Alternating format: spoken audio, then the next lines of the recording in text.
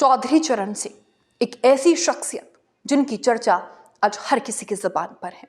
चौधरी चरण सिंह एक ऐसी शख्सियत जिनकी विचारधारा से प्रभावित होकर आज लोग आगे बढ़ रहे हैं। कैसे दादा की सियासत पोते जयंत के लिए विरासत बनी, क्या है वो पूरी कहानी, कैसे चौधरी चरण सिंह किसान मसीहा बने, आज हम आपको एक रिपोर्ट के माध्यम से बताएंगे।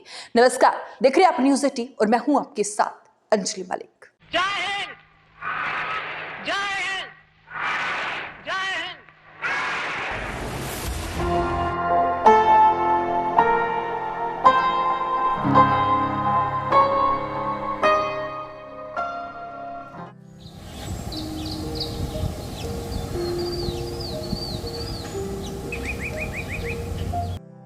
ये तस्वीरें नूरपुर की है।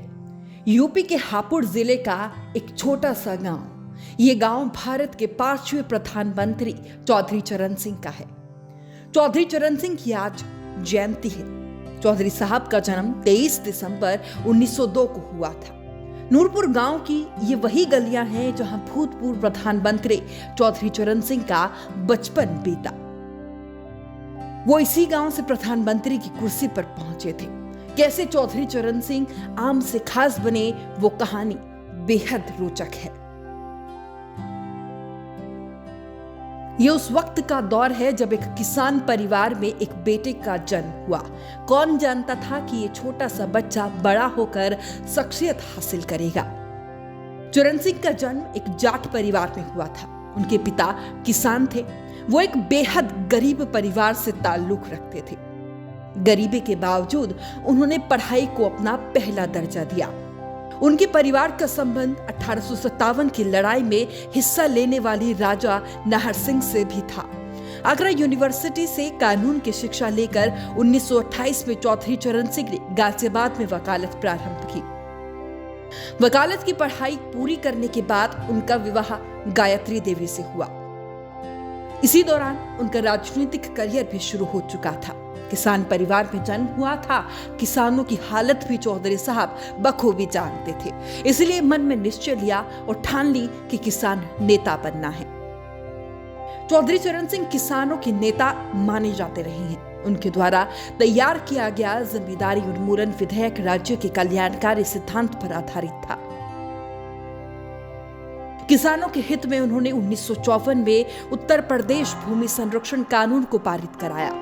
3 अप्रैल 1967 को उत्तर प्रदेश के मुख्यमंत्री बने, जिसके बाद 17 अप्रैल 1968 को उन्होंने मुख्यमंत्री के पद से इस्तीफा दे दिया। मीडिया रिपोर्ट्स के अनुसार 28 जुलाई 1979 को चौधरी चरण सिंह समाजवादी पार्टी और कांग्रेस के सहयोग से प्रधानमंत्री बने थे।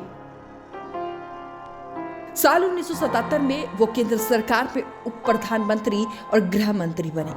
वो आजादी की लड़ाई और आपातकाल में जेल में भी बंद रहे।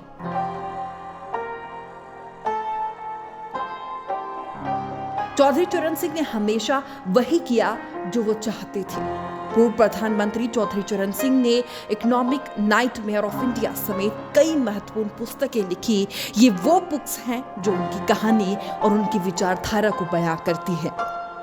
चौधरी साहब ने सहकारी खेती का विरोध, कृषि कर्ज माफी, कृषि को आयकर से बाहर रखने, किसानों को जोत वही दिलाने, नहर पटरी पर चलने पर जुर्माना वसूलने का ब्रिटिश कानून खत्म करने, कृषि उपज की अंतर्राज्यीय आवाजाही पर रोक हटाने और कपड़ा मिलों को 20% कपड़ा गरीबों के लिए बनवाने जैसे शानदार काम किए।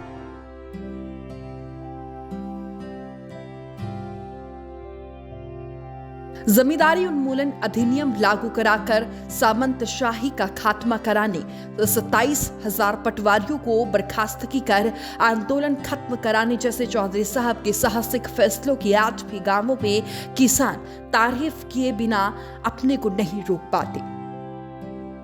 आज भी किसानों के घरों में चौधरी चरण सिंह की तस्वीर पूजा के स्थानों पर मिलती है। लोग उन्हें पूजनीय मानते हैं। चौधरी साहब ने 13,000 लेखपाल भर्ती किए, जिसमें 18% अनुसूचित जाति को हिस्सेदारी दी। पहले कोई अनुसूचित जाति का व्यक्ति नहीं था। शिक्षण संस्थाओं से जातियों के नाम हटवाने का भी काम किया। वो कहानी भी खूब थी जब देना पड़ा प्रधानमंत्री के पद से इस्तीफा। बात उस समय की है जब इंदिरा गांधी ने 1 महीने के भीतर ही चरण सिंह के नेतृत्व वाली केंद्र सरकार से समर्थन वापस ले लिया था। वो राजनीति की हैरान कर देने वाली घटना थी। साथ ही दूसरी घटना यह हुई कि चौधरी चरण सिंह ने संसद का सामना किए बिना प्रधानमंत्री पद से हट गए। बड़े नेताओं की राजनीतिक उच्चाकांक्षा के कारण जनता पार्टी में टूट के बाद 15 जुलाई 1979 को मोरारजी देसाई ने प्रधानमंत्री पद से इस्तीफा दे दिया था।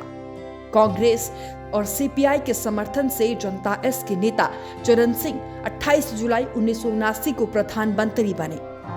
राष्ट्रपति नीलम संजीव रेड्डी ने निर्देश दिया था कि चरण सिंह 20 अगस्त तक लोकसभा में अपना बहुमत साबित करें, पर इसी बीच इंदिरा गांधी ने 19 अगस्त को ही ये घोषणा कर दी कि वो चरण सिंह सरकार को संसद में बहुमत साबित करने में साथ नहीं देगी। नतीजतन चरण सिंह ने लोकसभा का सामना किए बिना ही अपने पद से इस्तीफा दे दिया। राष्ट्रपति ने 22 अगस्त 1979 को लोकसभा भंग करने की घोषणा कर दी। लोकसभा का मध्यावधि चुनाव हुआ और इंदिरा गांधी 14 जनवरी 1980 को प्रधानमंत्री बन गई। वहीं चरण सिंह की राष्ट्रीय लोकदल पार्टी उनके निधन के बाद बेटे अजीत सिंह ने संभाली। अजीत सिंह ने भी पिता की विचारधारा से प्रभावित होकर किसानों की राजनीति की और बड़ी उपलब्धि हासिल की। यह सियासत चौधरी चरण सिंह से विरासत में मिली थी और यही वजह थी कि अजीत सिंह अपने पिता की तरह ही खुद को किसान और जाट नेता कहलवाना पसंद करते थे। साल 1989 से लेकर 2014 तक लगभग हर केंद्र सरकार में अजीत सिंह मंत्री रहे। सियासी मिजाज को समझते हुए वो अपने राजनीतिक साझेदारी बदलते रहे।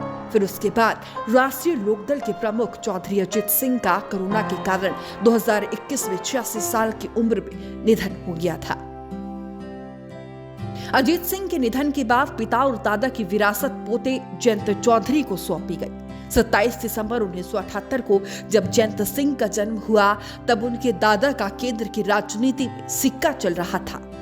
वो यूपी के मुख्यमंत्री रह चुके थे और उसके बाद केंद्र सरकार में वित्त और गृह मंत्रालय संभालते हुए वो डिप्टी पीएम और फिर 1979 में पीएम बने। जयंत सिंह का जन्म अमेरिका के टेक्सास में हुआ और इसका जश्न दिल्ली स्थित बारे तुगलक रोड पर चौधरी चरण सिंह की मौजूदगी में मनाया गया।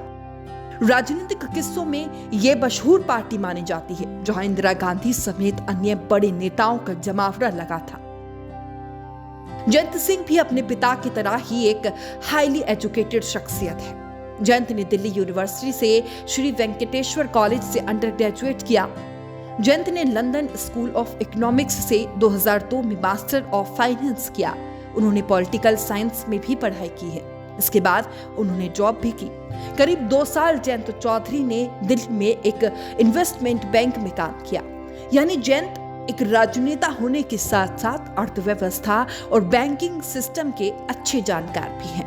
अब जयंत किसानों की आवाज उठा रही हैं और भाईचारा कायम करने की भरपूर कोशिशों में जुटे हैं। जयंत अपने दादा वाली विचारधारा पर काम कर रही हैं और एक रुतबा कायम कर रही हैं। वर्तमान में जयंत आरएलजी के प्रमुख हैं और राज्यसभा में सांसद, जहां किसान मजदूरों और कमेरों की आवाज उठाकर जयंत दादा की तरह ही राजनीति पे चमक रहे हैं। तो चौधरी चरण सिंह, अजीत सिंह और जयंत चौधरी की ये पूरी कहानी कैसी लगी आपको, कमेंट बॉक्स में हमें जरूर बताइएगा। धन्यवाद। फेसबुक और यूट्यूब के बाद अब आपका पसंदीदा चैनल न्यूज़ 18 डेली हंट पर भी फॉलो करें